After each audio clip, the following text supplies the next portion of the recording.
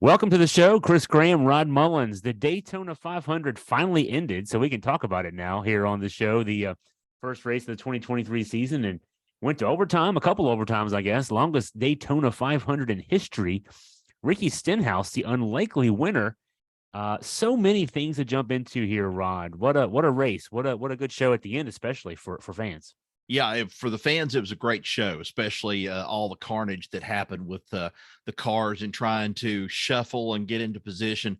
I mean, it took out some of the great drivers too that were in contention. I mean, Kyle Busch had a chance to probably win his first Daytona 500, and then he gets knocked out of the race, gets slammed into the wall, and then back around again. You had Denny Hamlin, who was shooting for his fourth Daytona 500. It didn't happen because somebody knocked him out in the long run. We had a lot of drivers go out of this, and those that survived, some of them were surprises looking down the standings and looking down, the finishing order as the way things went. One of the things I guess that jumped out at me so much was after I looked at everything and found out that Travis Pastrana, yeah, the motocross driver, he went and finished in 11th place. I would have never thought that happening to him whatsoever, but it ended up, he ended up finishing in a great race overall. But you had so many other different drivers in this race that you were looking for big things out of. I think Kevin Harvick was looking for a big win out of this to kind of culminate his time that he's been in the Cup Series. This was his last Daytona 500. You also had Martin Truex, who felt like, everything was on his side for this race. It was the 19th of February. He had car number 19. I think this was like his 19th time or something like that running, something in that number of running the Daytona 500. And, for a while there, it was close. Looked like he was going to, be in contention for it, but it just didn't happen. So there was so much going on in this race. At one point, we saw a lot of teamwork by the cars. Chevrolet, Ford, Toyota, they all pitted at different times, pitted together sometimes. I think probably the big news to talk about is Jimmy Johnson. And Jimmy Johnson came back. He's not rusty. That's one thing's for sure. He's not rusty when it comes to driving. He at one point he had a top 10 finish before he got knocked out of it there in the melee there toward the end. And the winner, coming off of Ricky Stenhouse, his last wins were in 2017. He'd had a bumpy road literally since then, and winning for JTG Doherty Racing, a one car team. There's a lot to that there. I guess it's the super teams obviously have advantages, right. With being able to share resources and that kind of thing, and that's what makes it hard for one car teams to win. But he goes out there and pulls this off for his team. Yeah, and he's got Hendrick Power under his hood too. I mean, he had Hendrick Power there, as well as Chase Elliott, and then also Alex Bowman, Kyle Larson out of that, and William Byron. And those guys didn't end up with good finishes whatsoever yesterday. I mean, it was they were non-existent really looking at the top 10, but you come out of there with a Hendrick motor that survives Daytona, and that was a great plus for Ricky Stenhouse. Another thing is, they've been struggling with sponsorship here for years. They've been able to get Kroger on there. What a big shot in the arm for Kroger this was. I mean, this kind of reestablishes Kroger more so as a national chain, I guess, more so than just a regional chain that we see. And, I used to remember the offices, at least at one point, the offices were in Cincinnati, Ohio. So they were kind of a mid-Atlantic sort of company, but now they've kind of expanded a little bit more. Another big shot in the arm for them. Except I've got to say this, the NASCAR writer who put together the article last night, the finishing article, he quoted Ricky Stenhouse as saying, this car, the Kroger Continental car. Well, he was wrong on that. We need to make a correction for that. It was the Cottonelle. There's a big difference with Continental and Cottonelle Tissue. They were one of the sponsors on the team as well. But I think this is a big shot in the arm for Brad Daugherty. I mean, the only black car owner in this whole thing, and he wins a Daytona 500. That's something Michael Jordan can't even say at this point. I mean, he's won a race, He's won a couple of races, but he's not won the Daytona 500. So, Brad's kind of looking back at him right now and saying, now it's time for you to catch up with us, fella. Let's see what you can do. And Brad Doherty is not a guy like Michael Jordan and some other guys who've gotten into racing with their money more than anything else. Doherty, he's a legit guy. He has been for a long, long time. Yep. He's not just a guy posing or trying to do something here. I mean, he's been involved for, he was in drag racing there for a long time. He's been in stock car racing and at the NASCAR level for years. He's been an analyst on ESPN races. Yep. So this is a legit guy, a part of a team here. This isn't just a celebrity lending his name and some of his money. Yeah, I would agree with that. And, he's got a presence in the infield too. When he's at races and he's there at a race, he's got a presence that, a lot of people just walk up to him and he's able to talk to them and he's able to have just a great conversation with them. Unlike some of the other owners and car owners and stuff that are there present in the infield. I think another one of those that you really have to brag on too is Richard Childress. Richard Childress is just a good old boy. I can't say enough about him. Had a chance to meet him during a question and answer session out at Bass Pro Shops at Bristol prior to the Bristol race several years ago. He's just a down-to-earth guy, but he means what he says when he gets out there. I mean, this is the guy that decked Kyle Busch and even had the nerve to go and bring him back on his race team till he could go and race this year for Richard Childress Racing. So I really have to give him credit too. I mean, there's so many unique owners that's set up in this whole process. I mean, we talk a lot about the Roush Fenway and Keselowski racing team. And, they had a great showing yesterday too, because, they actually put Chris Buescher in fourth. And then, if things had worked out, it could have been a little bit better for Brad Keselowski. They even won one of the stage races yesterday and things were looking up for the RFK team. Joe Gibbs Racing, I thought things were looking better for the Toyotas in general, and they are primarily the Toyota teams that are running, but they still, there's just a problem there. There's something that hasn't gelled together yet. So I don't know what we're going to see with this, but you see with car owners and, sponsors and different things like that, there seems to be a return coming back to this. And I think it's a great push for JTG. That's a husband and wife owned, with Brad Daugherty. And then you've got the team itself that gets their sponsorship out of Kroger and so forth. And then they kind of do I would sort of call it a co-op sort of thing. They kind of run some sponsorship on there. They'll run the name of the store on there, but they'll run something else. They may run Sunny D or somebody else one time. They may run some other sponsors on there that are affiliated with groceries.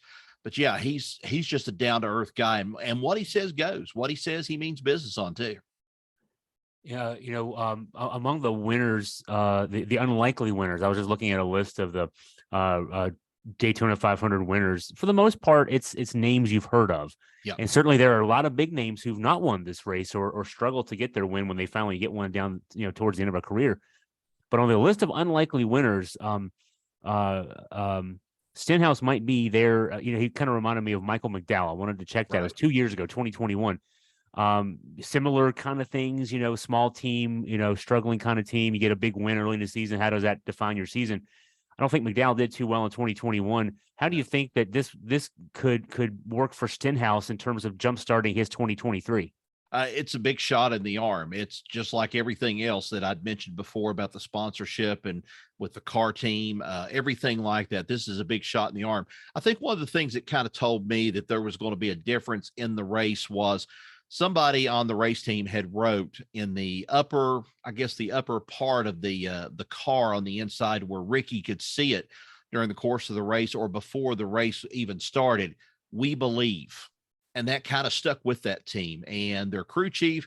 He believed in Stenhouse all along. He had just been with him from the get-go and he said, this team is going to do something. And they waited, of course, till Daytona. Now there's always the big thing that happens, the kind of trip back to reality, so to speak, after Daytona. I mean, some people will go and they will race really well at Daytona and then the bottom fall out of the season. And then they're trying to recoup about midway through the season to try to make a run, at least of respectability for the rest of the season. Stenhouse and them have been in some races all through 2022. And it was just a matter of having all the right parts and having everything in the right place for him. He's a heck of a driver.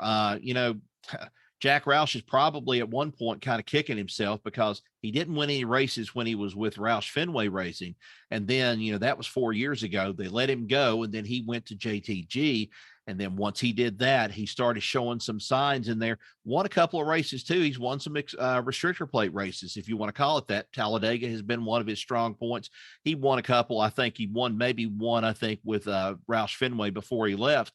But still, it's a big jump for you. It's a big shot in the arm for you. I just hope we don't see a kind of a fall back to earth sort of thing in the coming weeks for this team, because they really needed this. I think they needed this as well as some of the other teams that really needed a shot in the arm of showing that independentness, that one car team sort of thing out there, that we belong just as much as these 2, 3, 4 car teams that are out there. We belong just the same as they do. I was looking for TV ratings for last night, and they're still not out yet. With the weekend, there's a lot for the Nielsen people to sort through. But I would imagine that the fact that the race went long, the longest race in Daytona 500 history, it went to a couple of overtimes, and because those overtimes took a while too to sort out with clearing the track of the debris. It felt like it was after 7:00. It was definitely dark on the East Coast when that thing was wrapping up. That's only going to be good for ratings, but also, just in general, the fact that it ended the way it did for the casual viewers who might have been tuning in to see, hey, I wonder how this is going to end up, might have kept them for a while. This might be the kind of thing that's really good for NASCAR, even though I know a racing peer is going to say, oh man, all the crashes at the end and everything else. But for NASCAR, this might have ended up turning out to be a good thing.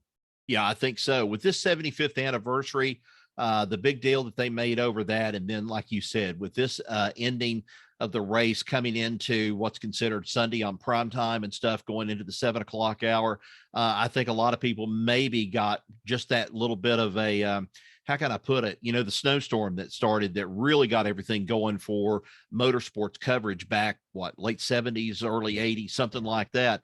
This could have been the shot in the arm for them right there, of people being interested, because, you're still going to have a lot of detractors that are going to say that, racing's not my thing. I don't like to watch, cars going around at 100 or 150 miles an hour in a fishbowl. I don't want to see that stuff. But, that is what makes it exciting. It's not just the speed and everything else. It's the jockeying for position. It's the, setup of your car, trying to get something set up, being against the clock, like what Bubba Wallace was when that toe end had kind of gave way on the rear part of his Toyota, and they had a chance to replace it. And then, daggone, if he wasn't contending in the top 10 there before the big melee hit right there at the very end, came from, really in the back. So, this is the thing that kind of keeps that promotional thing out there about NASCAR and saying, hey, look, what's NASCAR going to do? Are they going to turn around and run some more late races? Well, next week they're going to be in California.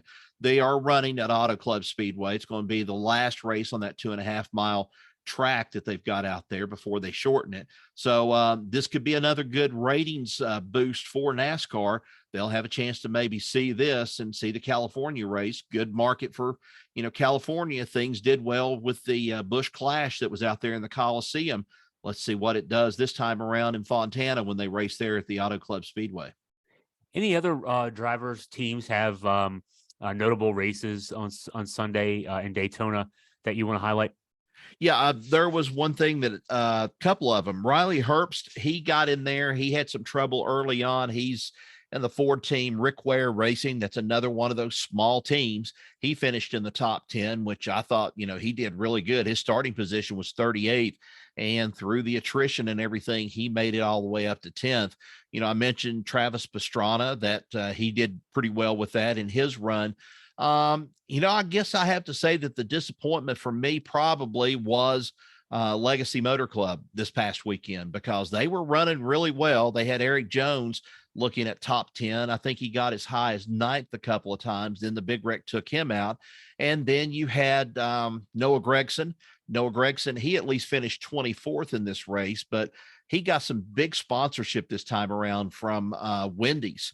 And Wendy's was even using the social media circuit this past weekend in Daytona and taking their swipes at the Golden Arches on some things about I don't know if it had anything to do with, driver or anything, but especially about menus and things like that. And wasn't he cute? Did you see his little outfit that Noah Gregson wore? Yeah, Had yeah. his little hat, the old Wendy's hat. Anybody that worked there, they used to have the dark navy blue hat and the stripes at one time or another. But he kind of had an impression. He made a little bit of an impression. But again, Jimmy Johnson, I wouldn't say it's a disappointment for him because he was running really well there before he got taken out by that accident there at the end of it. But going down through here, we're looking at some of the ones that finished. I was really disappointed with Chase Elliott. I just thought Chase Elliott at one point was kind of hanging close there to, being close to the front, trying to make a run for it. And then it didn't end up working out for him. Tyler Reddick, about the same thing. The first car that went out, Spire Motorsports, Ty Dillon, he went out, finished in 40th. He started 37th. Not much of a good run for him. But anybody else that I look at in here? Wow, AJ Allmendinger. Allmendinger just about rung up another win right there. If it hadn't been for the melee that happened right there toward the final laps, Allmendinger could have won on a super speedway, and that would have been a big plus for him. And then Christopher Bell, he had a good run, especially out of the Toyota teams, out of Joe Gibbs. He actually placed pretty well also. So got to give some credits where they're due and so forth. A lot of these guys hung in there close, made it top 20, which is always a good start for them, especially at Daytona. And, looking at the point standings, I was going to look at that real quick and see how everything was standing. I think right now, Joey Logano, I believe, might be in first, if I'm not mistaken. I was looking at that, and then you've got the rest of the drivers down through there. But Joey Logano, definitely, he was disappointed on Sunday afternoon, especially after that race, because he thought he had that race won. He thought he was in front, at least at the time that the caution light came out, but it was not to be, with Ricky Stenhouse beating him by, I think, 5 inches is what they ended up saying, and what he ended up beating him by. So, hey, big difference right there. Joey was sporting a little bit of more fur on top of his head too. And I don't mean that badly. I mean, I just kind of looked, and I've seen Joey with kind of a little bit of a problem here over the last couple of years. I'm not making fun of him with it, but I think they diagnosed him over the off season or something with alopecia. But I saw him there, and there he was wearing something on his head. I'm like, okay, that's good. It's not moving, so everything's okay about it. So he was okay, but I think him and Denny Hamlin had exchanged some pleasantries out there on the track. They hit each other, and I think they got into a one-finger duel several times as they were trying to pass each other around through there. So, that the head condition there, that's why they made hats. That's why God made hats. I've got plenty of hats. If I'm True. out there with my bald head, it's just because I forgot to wear a hat. So there's no problem with that. Well, I agree with you and stuff. I mean, knock on wood, I haven't lost any. I've got a little bit of receding one, but my dad was bald. I mean, we heard all the jokes in the world. You go out in the middle of the night, you go to a football game, and somebody start yelling out loud, "Cover that head up. I'm going to get moonburn up here in the stands," and stuff. And my dad was just like, he just played along with it. And wasn't a big deal to him. It was, if I don't have any hair, I don't have any hair. Just got to keep it insulated in the wintertime. That's what I've got to do. So. Yeah, that's right. That's right. Hey, so NASCAR moves out west this week, for the next 3 weeks, actually. Yeah. Starting in California this weekend. Any thoughts about the race coming up this Sunday? I think you'll see a lot of hungry teams again. I think you've got a lot of teams that's got some momentum here that probably are going to show up and do well. The question's going to be is what kind of conditions the track going to be in. I'm kind of wondering how the track is going to be. I know they've had issues before with the track and how it seems like it, comes in for them. It kind of goes away real quick. Sometimes there's been some way of, they've done the paving or the way it's been done before, that it's not been even, that it's more like a jump when you go up on the track and so forth, instead of being a smooth kind of transition to coming up on the track. These guys are probably looking forward to some of them, at least an end to this Auto Club Speedway. I think they're wanting some short track races, and they're definitely going to get it when they have this new short track race ready by 2024, I think, when they get everything set. So after this race is done, boom, it's starting to come down. They'll start tearing it down, much like what they did with Phoenix. and they'll retool it and kind of come up with a new way, a new groove for it. So we'll be anxious to see that. I just think that right now, Stenhouse, you got to favor him and stuff on this super speedway, or at least 2.5 mile track. But I wouldn't count out Kevin Harvick. I think Kevin Harvick would like to have a good showing to his California fans, and especially back home, before he finally leaves the circuit. And he might be in contention. He was definitely looking good yesterday before finishing 12th. So I think Harvick would probably be one of those in there, but don't count out Christopher Bell either. Christopher Bell had a great race also. And if they can keep that momentum going, I think right there, of the Chevrolets, the Fords, and the Toyotas, I think those are your front runners, possibility of winners for next week or this coming week at Auto Club. Ricky Stenhouse, the big winner at the Daytona 500. Great insight and analysis from Rod Mullins. Thanks as always, Rod, for your time. Appreciate it, Chris. Thanks.